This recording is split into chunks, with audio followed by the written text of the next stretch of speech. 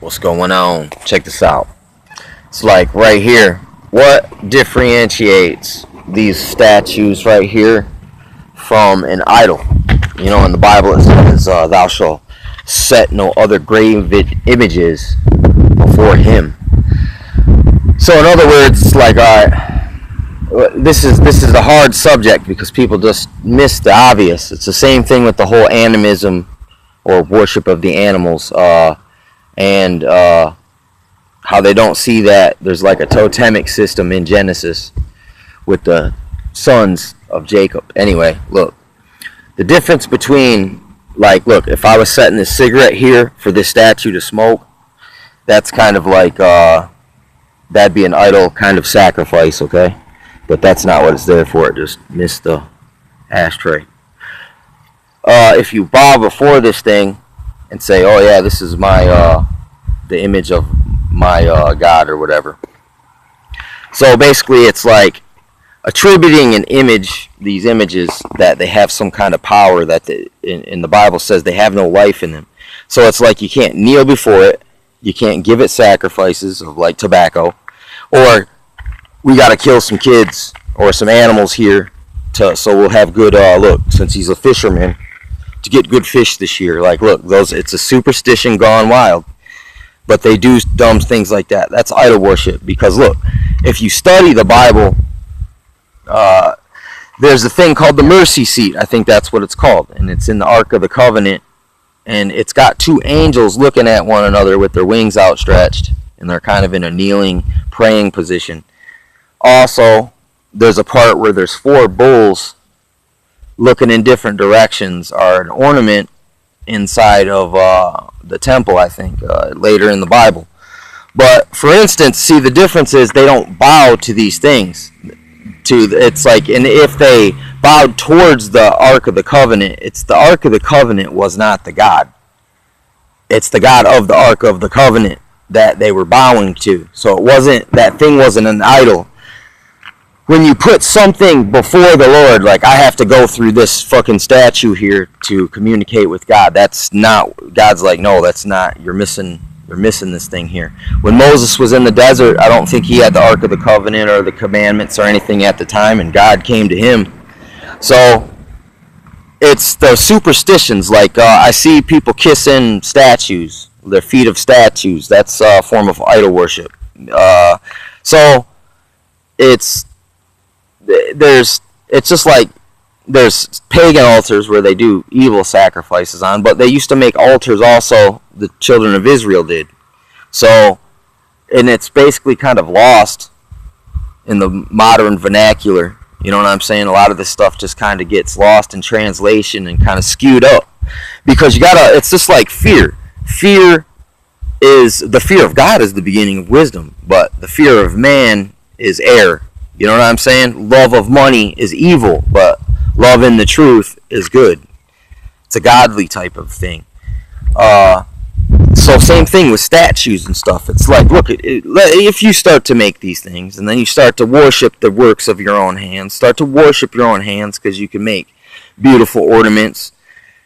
And it's like, you know, ancient craftsmen built things, and they're even venerated now, even as gods or godlike, or you know, a prophet of some kind of, you know, pagan deity that they carve their image of. You know what I'm saying? Same thing with Egypt.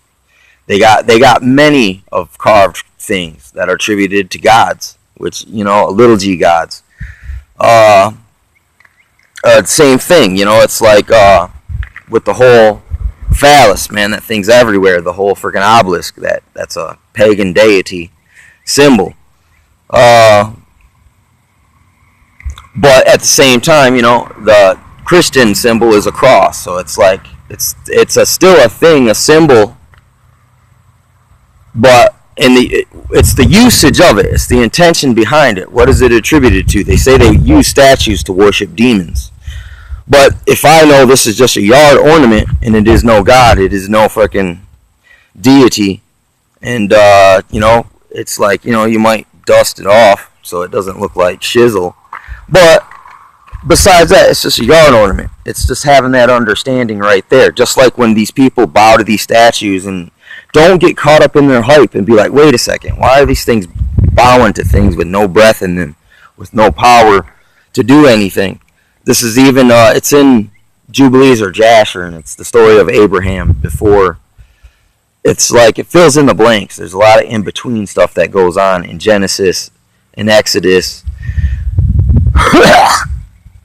that there's other texts that explain the same thing from a different perspective. Kind of like each gospel is the same story, but from a different kind of perspective.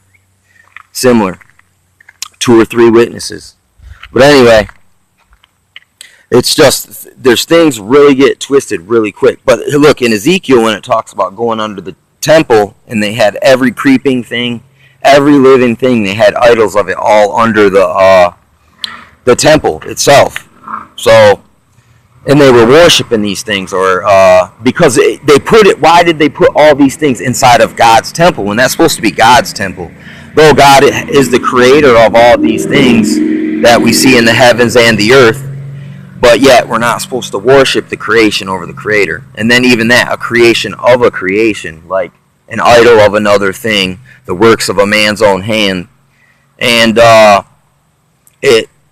what idolatry is. That is what the spiritual fornication is, and it's really a mindset. Like I said, I can look at an art statue and I'll just see, that's just art, but other people will be like, that's Aphrodite, and they get all this kind of it's like it tickles their imaginations, and vain imaginations, and the wicked, deceitful heart of man.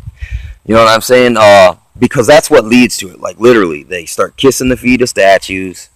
Next thing you know, they're killing babies to the statue, and it just becomes another form of, like, tribute system. And literally, all the blood for fighting for nation against nation, and they plant their obelisks at the same spots where all the blood was sacrificed by convincing them to fight in wars, phony wars. You know what I'm saying? It's freaking crazy how stupid this stuff is. And same thing, all the American monuments literally are Greek, based after Greek temples, dude, and other famous temples to weird really pagan gods. And they have turned certain people into statues, into idols, and they've been idolized, which means kind of like, look, they're seen to be more than they actually are. And that's like, look, by elevating man, you kind of make God decrease, because he's the creator, so he's responsible for even you and all these materials that they use to make their idols, that they falsely and vainly worship and follow after and consult and set up advanced cunning systems of deception and trickery and frickin' robbery and extortion and usury. And it's just like, and it's so easy to spot out. You know what I'm saying? If you really know what it is that you're actually looking at. Another bad example of the idol is when they made the golden calf coming out of Egypt. But like I said, but yet in the temple they had the 4 bulls thing, and the mercy seat. Those are just a couple of examples of. You got to understand. So if you could have no graven image at all, they couldn't have made the mercy seat, Ark of the Covenant, with the 2 angels on it. So it's you got to have that understanding that there's a specific way about doing specific things, and it's very particular.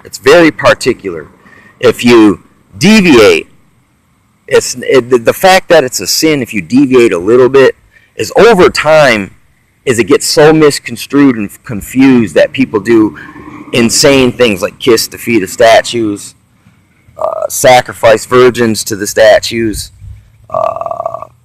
You know what I'm saying?